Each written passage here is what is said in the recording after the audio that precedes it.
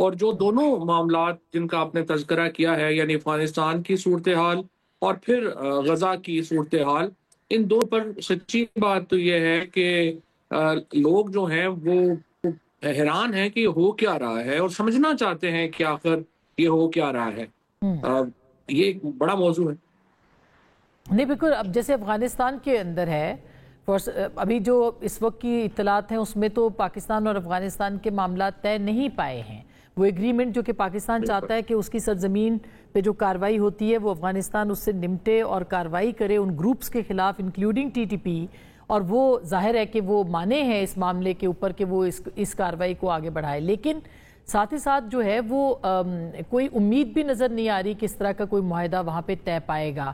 نہیں طے پائے گا تو خواجہ آصف صاحب دھمکی دے چکے ہیں، تو کتنا یہ سنجیدہ موضوع ہے اور کتنا یہ اہم ایشو ہے جس کو کہ اس وقت زیر بحث لانا چاہیے، اور ہوگا کیا آپ کے خیال میں اگر یہ معاہدہ نہیں ہوتا تو؟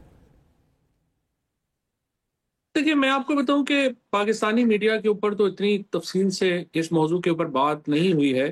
انڈین میڈیا البتہ اس کے اوپر بہت ایکسٹینسو کوریج جو ہے انہوں نے کی ہے، اور کل جو بیونڈ ٹیلی ویژن کے اوپر جو میں دیکھ رہا تھا اس میں یہ تھا کہ ٹرکش جو انٹیلیجنس چیف ہیں وہ اس کے اوپر بڑے ناراض ہیں کہ یہ معاہدہ جو ہے وہ طالبان کی طرف سے نہیں ہو پایا۔ اصل میں یہ جو معاملہ ہے ٹی ٹی پی کا، یہ اس سے کہیں پیچیدہ ہے جتنا کہ ہم سمجھتے ہیں۔ یہ ایک ٹرائبل وار ہے، اس کے اندر بہت زیادہ کمپلیکس ٹرائبل ایشوز انوالو ہیں، اس میں بہت کمپلیکس سیٹلمنٹ کے ایشوز انوالو ہیں، اور پھر اس کے اندر داعش بھی ایک پلیئر۔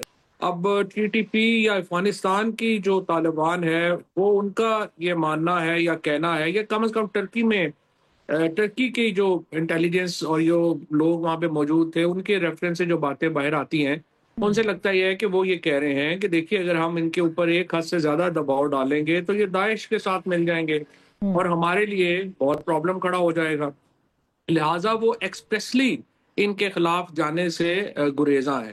پاکستان کا ماننا یہ ہے، آپ کو اسما یاد ہوگا کہ جب دوحہ ایگریمنٹ ہوا تھا تو امریکہ سے پاکستان، آخر میں پاکستان بھی نہیں تھا، امریکہ اور طالبان کی آپس میں گفتگو ہو رہی تھی، تو پاکستان کا یہ کہنا تھا کہ امریکہ گارنٹی لے کہ افغانستان کی جو سرزمین ہے وہ بیرون ملک جو ٹیررزم ہے اس میں استعمال نہیں ہوگی۔ ایک وقت میں طالبان امریکہ کو یہی کہا تھا کہ جی بات یہ ہے کہ آپ، اور امریکہ چاہتا تھا کہ وہ باگرام ایئرپورٹ، باگرام کا جو سیٹ اپ ہے وہ اپنے پاس رکھے۔ اچھا، وہ امریکہ کو انہوں نے یہ کہا کہ آپ اپنی بات کریں، ہم آپ کی گارنٹی دیں گے کہ امریکہ میں کوئی ٹیررزم ہماری سرزمین سے ہوگا، باقی ملکوں کو آپ چھوڑیں۔ لیکن پاکستان کی انسسٹنس کے اوپر امریکہ نے یہ بات جو معاہدہ ہے اس کے اندر لکھوائی گئی کہ یہ نہیں ہوگا، اور وہ کسی بھی ان کی جو افغانستان کی سرزمین ہے وہ کسی طور پر بھی پاکستان کے یا کسی اور ملک کے خلاف استعمال نہیں ہوگی، لیکن اس کو بھی پاس جو ہے وہ نہیں رکھ سکے، اور آپ دیکھ ہی رہی ہیں کہ جس قدر نقصان پاکستان کا ہوا ہے، اور پاکستان پھر جو ہے وہ آگے ایکشن لے رہا ہے۔ اب یہاں پہ پاکستان میں دو بڑے مسئلے ہیں، ایک تو طالبان کا مسئلہ ہے، ایک ہمارا انٹرنل پرابلم ہے۔ انٹرنلی آپ دیکھیں نا، خیبر پختونخوا میں آپ پی ٹی آئی کو ایک دفعہ ہٹا دیں، مائنس کر دیں، آپ عمران خان کو، سہیل آفریدی کو کہیں جی ہم نہیں بات کرتے، کیا جے یو آئی آپریشن کی حمایتی ہے؟ آنسر از نو۔ کیا پی ٹی ایم آپریشن کی حمایتی ہے؟ آنسر از نو۔ کیا اے این پی آپریشن کی حمایتی ہے؟ آنسر از نو۔ تو سوال یہ ہے کہ جو سارے سٹیک ہولڈرز ہیں، اگر یہ آپریشن کی حمایتی نہیں ہے تو اس کا مطلب یہ ہے کہ آپ ان کو یا تو اپنا مدعا بتا ہی نہیں سکے کہ آپ چاہتے کیا ہے، اور کیونکہ ہم نے کوئی سیریس بات نہیں دیکھی کہ وفاقی حکومت کی طرف سے، فیصلہ سازوں کی طرف سے خیبر پختونخوا کے میڈیا کو، خیبر پختونخوا کے لوگوں کو اور ان سٹیک ہولڈرز کو اعتماد میں لینے کی کوشش کی جائے کہ آخر ہم کرنا کیا چاہتے ہیں اور آپریشنز کیوں ضروری ہیں اور اس کا حل کیا ہے، جس کی وجہ سے ہم ایک بہت بڑے بحران کا شکار ہیں۔ اس پہ تو آپ کو یاد ہوگا کہ علی امین گنڈاپور صاحب کو بلایا گیا تھا اور مختلف بریفنگز کے اندر اور میٹنگز کے اندر یہ طے بھی پایا تھا کہ آپریشن نہیں مگر انٹیلیجنس بیسڈ آپریشنز جو ہیں وہ ہوں گے، اور علی امین گنڈاپور صاحب نے اس کی حمایت بھی کی تھی۔ تو اب یکا یک جو ہے وہ ہر طرح کے آپریشن، یعنی وہاں تو کہا جاتا ہے کہ دہشت گردوں کے خلاف کارروائی نہ کی جائے، اور آپ دیکھیں کہ ایک طرف Pakistan Tehreek Insaf T L P کے ساتھ کھڑی ہے تو دوسری طرف پاکستان تحریک انصاف خاموش مفاہمت کر رہی ہے ٹی ٹی پی کے ساتھ. تو اس طرح کی سیاست کو آپ کیا دیکھیں گے؟ کیا یہ سیاست پاکستان تحریک انصاف کی سیاست ہے؟ لیکن آسان میں آپ سے کہہ رہا ہوں کہ آپ تحریک انصاف کو نکال دینا اس پریپوزیشن سے ایک دفعہ. جے یو آئی کا کیا موقف ہے اس کے ساتھ؟ اے این پی کا کیا موقف ہے؟ پی ٹی ایم کا کیا موقف ہے؟ دیکھیں نا، میں اور آپ تو خیبر پختونخوا کے شہری نہیں ہیں. سوال یہ ہے کہ خیبر پختونخوا کے سارے سٹیک ہولڈرز جو ہیں ان کی ریزرویشنز کیوں ہیں اس معاملے کے اوپر؟ یہ فیصلہ تو انہوں نے کرنا ہے، میں نے آپ نے تو نہیں کرنا کہ وہ سلوشن اس کا چاہتے کیا ہے. ہم تو چاہتے ہیں نا، میری آپ کی پاکستان کی خواہش تو یہ ہے کہ پاکستان کے اندر ٹیررزم ختم ہو، پاکستان کے اندر امن واپس آئے، پاکستان کے اندر ہم سیاسی عمل واپس آئے اور ہم اس میں آگے بڑھ سکیں. درست بات ہے جی، مضبوط بنے. لیکن سوال یہ ہے کہ اگر کوئی بھی سٹیک ہولڈر آپ کے ساتھ نہیں ہے تو آپ کی پالیسی پھر کیا ہے؟ سو پرابلم یہی آ رہا ہے اس وقت کہ جو دیکھیں انٹرنیشنلی تو سچی بات یہ ہے کہ جو کامیابیاں پاکستان کو حاصل ہوئی ہیں وہ انپریسیڈنٹڈ ہے. جس قسم کی ہم نے اس وقت سوچا ہی جا سکتا تھا نا کہ ایک وقت میں سعودی عربیہ بھی ہمارے ساتھ ہو اور ایران سے بھی ہمارے تعلقات اچھے ہوں، چین کے ساتھ بھی ہمارے تعلقات اچھے اور امریکہ بھی زبردست ہمارے ساتھ ہو. لیکن انفارچونیٹلی کامیابیاں پاکستان کے اندر ٹرانسلیٹ نہیں ہو رہی، اور اس کی بڑی وجہ یہ ہے کہ یہ جو ایک آئی وڈ سے کہ ایک ایٹیچیوڈ ہے کہ جس میں یہ سمجھا جاتا ہے کہ پاکستان کے لوگوں کی کوئی اہمیت نہیں ہے اور یہ لوگ تو اپنے لیے کوئی فیصلہ کر ہی نہیں سکتے، بتانے ہم ہی بتائیں گے کیا کرنا ہے. اس میں بطور ایک بڑی سیاسی جماعت کے پاکستان تحریک انصاف کے فیصلے درست ہیں؟ آپ کو لگتا ہے کہ ان کا جو سیاسی لائحہ عمل ہے یا کوئی لائحہ عمل نام کی چیز جو پولیٹیکل ہو وہ کوئی موجود ہے؟ ہم صرف مزاحمت اور تصادم دیکھ رہے ہیں پاکستان تحریک انصاف کی جانب سے، مفاہمت یا پھر مفاہمت سے ہی ڈائیلاگ کی طرف جاتے ہوئے ان کو نہیں دیکھ رہے. وجہ اس کی کیا ہے؟ کون رکاوٹ ہے؟ وجہ اس کی یہ ہے آسما کہ آپ نے تحریک انصاف کو تو ختم کر دیا نا. جب آپ نے دیکھیے پرویز خٹک کو آپ نے سیاسی طور پہ ختم کر دیا، محمود خان کو ہٹا دیا، آپ نے علی امین گنڈا پور جو انگیجمنٹ کی کوشش کر رہے تھے ان کا آپ نے بیڑا غرق کر دیا، تو اس کے بعد پھر آپ کو ظاہر سہیل آفریدی مل گئے. اسی طریقے سے آپ نے جب یہاں پر شاہ محمود قریشی کو، اسد عمر کو، عمران اسماعیل، علی زیدی، ہم لوگ سارے ہمیں ٹھوٹے مکے مار کے نکال دیا، تو اب آپ کو پھر باقی لوگ جو مل رہے ہیں آپ انہی کے ساتھ ہی آپ کو گزارا کرنا پڑ رہا ہے. سو دا پرابلم از کہ جب آپ پارٹیز کو اس طرح سے کرش کرنے کی کوششوں میں لگ جائیں اور سوچیں کہ ایکچولی جو ہمارے پوائنٹ آف ویو سے اختلاف کرتا ہے وہ تو اس کو تو اٹھا کے بحیرہ عرب میں پھینک دینا ہے، تو پھر یہی نتیجہ نکلتا ہے. عمران خان کو آپ دیکھیے نا، آپ نے بالکل جب دیوار سے لگا دیں گے. پوچھنے لگی تھی کہ عمران خان صاحب کی جو رہائی ہے، مطلب وہ 26 نومبر کو کہا جا رہا ہے کہ ممکن ہو رہی تھی لاسٹ ایئر، اس کے اوپر انگیجمنٹ بھی ہوئی اور اس کا ایک نتیجہ نکل سکتا تھا، لیکن پھر کچھ ایسے واقعات ہوئے کہ جس کی ذمہ داری نہ تحریک انصاف لیتی ہے اور نہ حکومت لیتی ہے. مگر آپ کو لگتا ہے کہ ان کی رہائی کے لیے صرف یہ رستہ ہے کہ مزاحمت کی جائے؟ اور اگر صرف یہ رستہ ہے، مثلا آج بھی علیمہ خان صاحبہ نے کہا کہ سہیل آفریدی صاحب کو نہ ملنے دیا جائے، ان تک پیغام پہنچ چکا ہے، اور اگر ان کے عمل کو دیکھا جائے تو ان کا پیغام یہ ہے کہ وہ انتہائی اینٹی اسٹیبلشمنٹ پالیسی لے کے چل رہے ہیں، وہ تصادم کی پالیسی لے کے چل رہے ہیں، وہ اس وقت محاذ آرائی کی پالیسی لے کے چل رہے ہیں. کیا یہ وہ پیغام ہے جو انڈرسٹوڈ ہے اور سہیل آفریدی صاحب کو عمران خان صاحب نے پہنچایا ہے؟ علی امین گنڈا پور کا جو پیغام تھا یا بات تھی وہ مختلف تھی نا اس سے. وہ انگیجمنٹ کی بات کر رہے تھے تو پھر ان کو ناکام کس نے کیا؟ یعنی اگر آپ ان کی ملاقات بھی نہیں ہونے دے رہے عمران خان سے، اور علی امین گنڈا پور اگر کوشش کر رہے ہیں کہ کوئی تعلقات میں انگیجمنٹ لائی جائے، بہتری کی جائے، تو اگر آپ اس کو بے عزتی کریں گے روزانہ تو پھر کیا ہوگا؟ پھر یہی ہوا. پھر آپ جس نے بھی انگیجمنٹ کی کوشش کی ہے، جس نے بھی سیاسی ٹمپریچر نیچے لانے کی کوشش کی ہے، سچی بات یہ ہے کہ وہ آخر میں بے عزت ہوا. اور وہ کس کے ہاتھوں بے عزت ہوئے؟ فواد چوہدری صاحب، کیا آپ کو نہیں لگتا کہ ایک پیرلل جماعت ہے، یعنی P T I political party کے طور پر ایک الگ جماعت ہے اور P T I social media ایک الگ جماعت ہے، اور وہ P T I social media dictate کر رہی ہے، وہ پارٹی کو رن کر رہی ہے، وہ پارٹی کو ڈومیننٹ کر رہی ہے، وہ اس پہ ڈومینیٹ ہے، تو کیا آپ کو نہیں لگتا کہ سوشل میڈیا ہے جو کہ رن کر رہا ہے اس جماعت کو، جو ایک بہت بڑی جماعت ہے؟ وہ ان کی کوئی حیثیت نہیں ہے اس طرح سے، وہ تو ایسے ہی باہر لوگ بیٹھے ہوئے ہیں، وہ اپنے کام شام کر کے آتے ہیں، شام کو بیٹھتے ہیں، لوگوں کو دو چار گالیاں نکال دیں کر دیا، ان کا کوئی سٹیک نہیں ہے پاکستان میں۔ پاکستان میں جو سٹیک ہولڈرز ہیں، جو حکومت، دیکھو نا، اگر میں حکومت میں ہوں فار ایگزامپل، تو میری تو کوشش اور خواہش یہ ہونی چاہیے کہ پاکستان کے اندر ایک امن سکون رہے، روزانہ ٹمپریچر اوپر نہ جائے، تاکہ حکومت لگے کہ ایک ورکنگ حکومت ہے، انویسٹمنٹ آ رہی ہے، چیزیں بہتر ہو رہی ہیں۔